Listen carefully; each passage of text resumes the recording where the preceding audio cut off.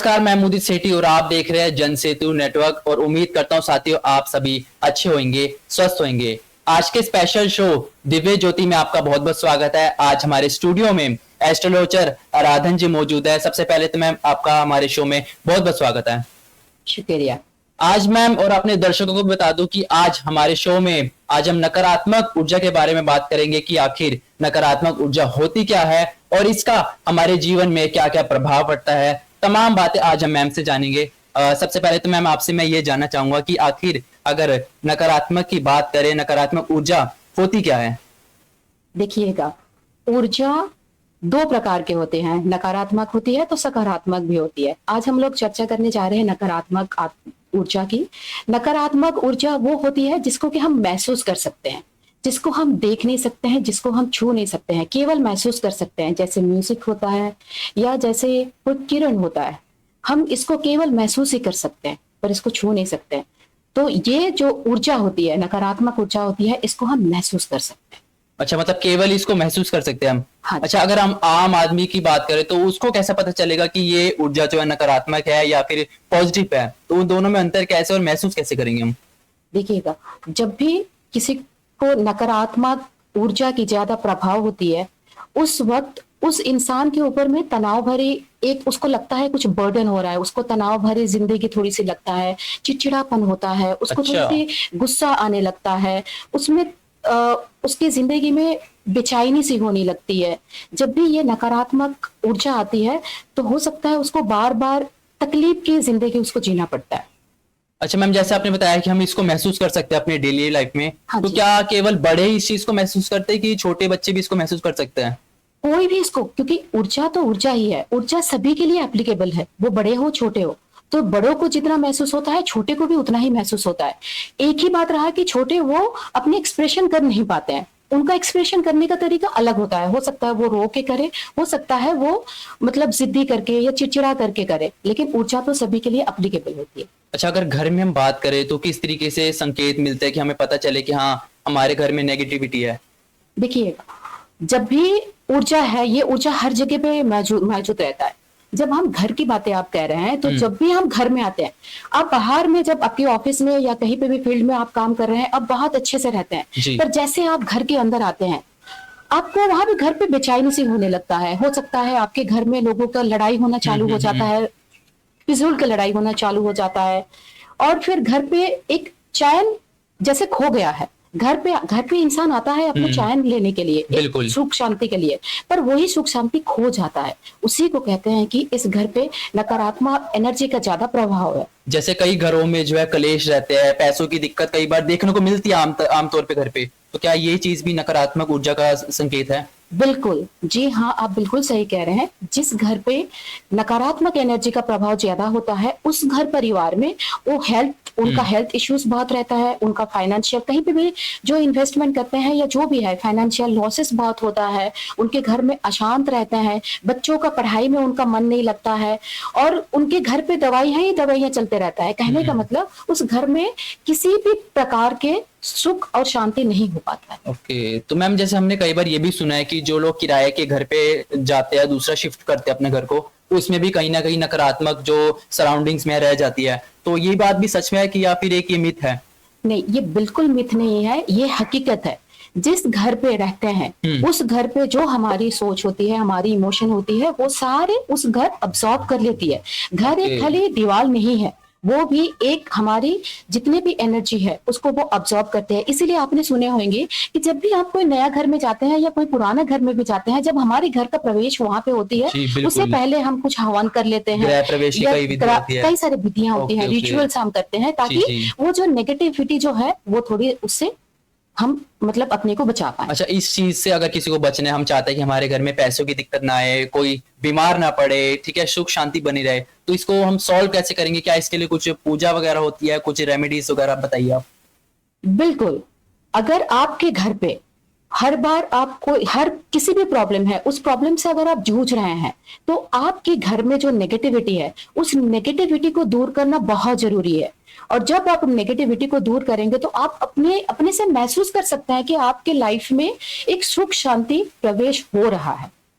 तो कुछ मतलब अगर मान लीजिए अगर किसी घर में पूजा होती है तो वो कुछ कुछ सीमित टाइम तक रहती है, या फिर हमें कुछ टाइम बाद उसको सॉल्व करना पड़ता रहता है? देखिएगा, हम ये तो नहीं बोलेंगे कि हम एक दिन खाना खाएंगे और पूरे वर्षों वर्षों हम चलेंगे। कोई भी एनर्जी होती है, जी। जैसे हमें भी अपने इस शरीर रूपी जिंदगी को चलाने के लिए हमें रोज अन्न की जरूरत होती है, अन्न से हमें एनर्जी मिलती है। ठीक उसी प्रकार हमारे घर परिवार की एनर्जी को ठीक करने के लिए हमें हर एक दिन हमारी दिनचर्या को अच्छा रखना पड़ता है। जिस हिसाब से आप कह रहे हैं कि पूजा पाठ, देखिएगा पूजा पाठ तो एक एस्पेक्ट है। बहुत सारे लोग जो रिलीजियस होते हैं वो बिल्कुल। पूजा पाठ करके अपने एनर्जी को ठीक करते हैं, लेकिन जो लोग स्पिरिचुअल होते हैं बहुत और भी अलग अलग तरीका है जिससे कि वो अपने घर की एनर्जी को वो ठीक कर सकते हैं। कई मैम रिसर्च में मैंने ये चीज भी पढ़ी और हमारे व्यूअर्स भी जानना चाह रहे हैं कि घरों को बंद मत रखो, रोशनी आने दो, हवा का आना जाना बहुत जरूरी है। तो क्या इसका भी कुछ कनेक्शन है अगर हम बात करें ऊर्जा से, नकारात्मक ऊर्जा से?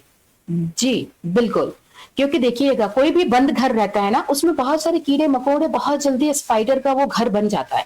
वो नेगेटिविटी को बहुत अट्रैक्ट बहुत जल्दी करता है। आपने देखे होंगे बहुत सारे किला होते हैं, बहुत सारे जगह में हिस्टोरिकल आपने जगह देखे होंगे, उस जगह पे भी हमें जाने के लिए डर लगने लगता है। क्यों? बिल्कुल, क्योंकि वहां पे बिल्कुल। एनर्जी बिल्कुल अलग हो चुका होता है। इसीलिए जब भी हमारे घर पे कोई भी नेगेटिविटी होती है तो उस नेगेटिविटी को दूर करने के लिए हमें कई सारे, मैं आपको बताऊंगी, कई सारे हमें रिचुअल्स करनी पड़ती है जिससे कि हमारी घर की एनर्जी शुद्ध हो सकता है।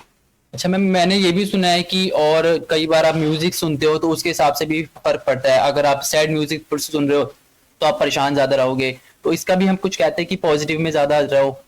जी बिल्कुल। आज हमारे देश में बहुत सारे लोग आजकल हैं जो कि बहुत भिन्न भिन्न प्रकार के गाना होते हैं। जब हम सैड सॉन्ग सुनते हैं तो हमारी जो ऑरा होती है ना, वो एक नीचे एक लेवल पे चला जाता है, जहां पे कि हमें लगता है कि नहीं हम तो उसमें मगन हो गए हैं, पर असल में हम अपनी एनर्जी को बहुत लो कर लिए होते हैं। इसीलिए जब भी हम गाना का चुनाव करें, सुनने के लिए चुनाव करें, तो एक soft music, preferably I would suggest कि कोई म्यूजिकल इंस्ट्रूमेंट आप प्ले करें घर पे, जिससे कि आपका एनर्जी, सकारात्मक एनर्जी अच्छे से घर पे फाइल बनी रहे।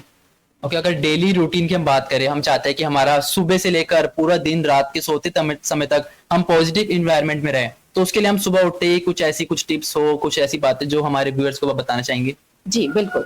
देखिए, जब भी हम हमारे घर पे, हमारी जिंदगी में अगर सकारात्मक एनर्जी का हम लोग ज्यादा फायदा उठाना चाह रहे हैं, तो उसके लिए हमें सर्टेनली हमें कुछ करना होता है। जैसे हम सुबह उठे, पहली बात की हमें ग्रैटिट्यूड फील होनी चाहिए। आज के दिन में बहुत ऐसे हैं कि जो लोग भी उठ ही नहीं पाए। आज तो हम लोग बहुत फॉर्चुनेट हैं कि आज हम लोग यहाँ पे उठ पाए, यहाँ पे बैठ पाए हैं, तो उसके लिए हमें ग्रेटफुल होनी चाहिए।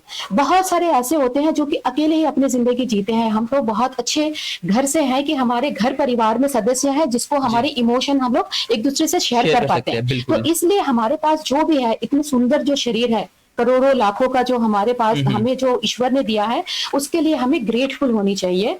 और यही ग्रेटफुल जैसे हम होते हैं, हमारे देखने का तरीका, जिंदगी को वेलकम करने का तरीका अलग होती है, और उसी से ही हमारी सकारात्मक जो एनर्जी होती है, ऊर्जा होती है, उसकी बढ़ोतरी होती है। बड़ी अच्छी बात बताई मैम आपने, और हमारे व्यूअर्स को भी ये बात काफी अच्छी लगी होगी। मैं लास्ट में ये क्वेश्चन भी पूछना चाहूंगा कि कई लोगों का नेचर होता है वो किसी से बोलते नहीं है, ठीक है, अकेले में ही मस्त मगन रहते हैं, काम वाम भी अकेले ही बैठ के करते हैं, तो उनको भी कई बार फील होता है कि हाँ मेरे आसपास कोई है नहीं, तो ये भी क्या कुछ नेगेटिविटी मिलाती है उनकी में?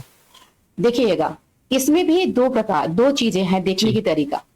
अगर कोई अकेले इंसान है, वो अगर अपने काम में ही वो मस्त है, उसको अपना टारगेट है, उसको अपना बहुत बड़ा गोल लेके वो चल रहा है कि मुझे इतने लोगों के ऊपर में मेरी काम को इम्पैक्ट लानी है, अगर वो मिशन के साथ, विजन के साथ अगर वो आगे बढ़ रहा है और अपना टाइम बचाने के लिए, अपनी ऊर्जा बचाने के लिए, और सारे अपना टाइम और ऊर्जा अगर वो पर्टिकुलर चीज में अगर फोकस कर रहा है, तो यस कि वो सही रास्ता चल रहा है। लेकिन हाँ, एक इंसान है जो कि अकेले रह रहा है, उसमें कोई भी प्रोडक्टिविटी नहीं हो रहा है और केवल अपने अकेले ही में रह रहा है, तो ऐसी परिस्थिति में हाँ, उस इंसान को एक बार रुक के देखना पड़ेगा कि वो क्या अपने जिंदगी को सही से इस्तेमाल कर पा रहा है। सकारात्मक जो ऊर्जा है, जो हमें इतना सुंदर इस यूनिवर्स से मिला है, क्या उसका वो इस्तेमाल कर पा रहा है, नहीं कर पा रहा है, उसको सोचना है। मैम कह सकते हैं अपनी लाइफ में अगर आपको पॉजिटिव बनानी है तो आप इन राहों पे चल सकते हैं। हाँ, आप अच्छे म्यूजिक सुन सकते हैं, ठीक है, अच्छे लोगों से बात कर सकते हैं, गुड रिलेशनशिप बना सकते हैं। बिल्कुल।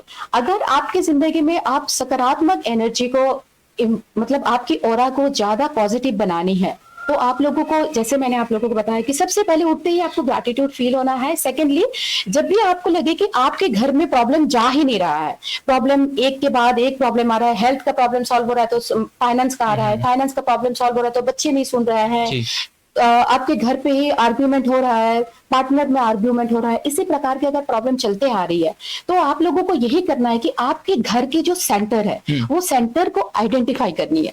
उस सेंटर में ये जो देसी कपूर होता है, उस देसी कपूर को एक टिक्की लेके सुबह और शाम उसको जलाना। जो हम घर में बेसिकली पूजा में यूज करते हैं। हाँ जी, हाँ जी। उसको सुबह एक जला दीजिएगा और शाम को एक जला दीजिएगा। और देखिएगा, ये जो नकारात्मक एनर्जी है, वो एनर्जी कैसे होती है? वो एनर्जी, अगर आपके घर पे बहुत सारी चीजें होती है, हम लोगों की आदत है कि उसको समेट के रखने के लिए, अगर कोई सभी चीजें आप सालों तक इस्तेमाल कर नहीं रहे हैं, तो आपका काम फर्ज बनता है कि उसको किसी को डोनेट कर दें। जैसे बर्तन, कई सारे बर्तन होते हैं, कपड़े भी होते हैं, वो रखे रहते हैं, उसको पहनते ही नहीं है। और एक बात है कि बहुत सारे ऐसे होते हैं कि अपने कपड़े तो पूरे धुल दिए, तो कपड़े धुलने के बाद वो लाके अपने कबर्ड में ऐसे ही लाके रख देते हैं, जैसे नहीं बोलते हैं, हाँ, बिना टाई करे ऐसे गुड़मुड़ा के ऐसे खींच देते हैं।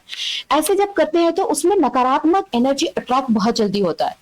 इसलिए अपने घरों को, जैसे कपड़े को अपना टाई करके रखें, और अपने घरों को, मतलब जो घर होती है उसको एटलीस्ट हफ्ते में 1 या 2 बार पानी में नमक मिला के उसको पोछा लगवाएं, जिससे कि जो भी नेगेटिविटी घर में अट्रैक्ट हुए रहता है उससे वो निकल जाता है। तो मैम, आप भी ये टिप्स जरूर अप्लाई करते होंगे अपने घर में? जी बिल्कुल। तो कहीं ना कहीं आपको इससे बेनिफिट हुआ है, इस जो टिप्स आपने बताई? हाँ जी, बिल्कुल।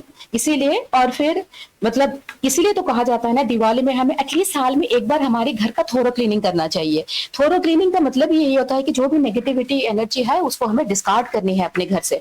तकिया जो होती है, हमने इतने सालों से वही तकिया को हम लोग इस्तेमाल करते हैं।